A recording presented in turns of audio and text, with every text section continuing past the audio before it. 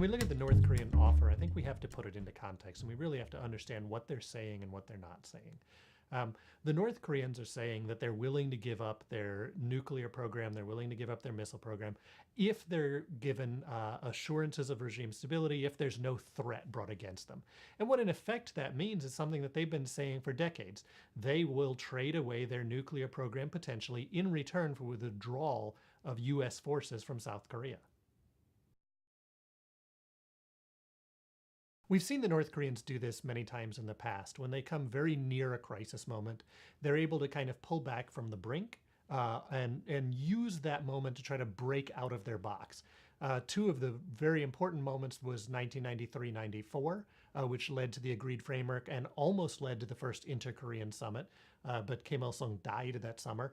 The second would be a few years later, in 1998, when the North Koreans tested their first attempt at a satellite launch vehicle, and within 2 years, they were hosting the South Korean president in Pyongyang and opening diplomatic relations with numerous countries. This seems to be the North Koreans trying for another one of these breakout moments where they can use these offers of dialogue and use this perception of really wanting peace and stability to try and fracture the ability of the United States to put those real tight constraints on North Korea and to isolate the regime. For the United States now, this is sort of the difficult moment.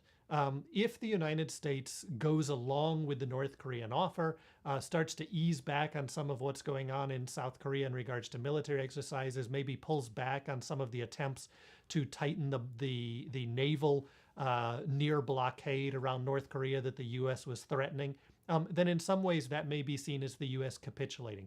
It's the United States potentially again falling for, as it would say, the same North Korean trick over and over again. And we've already seen the Japanese start to suggest that the U.S. needs to be very careful that they don't run too fast with this.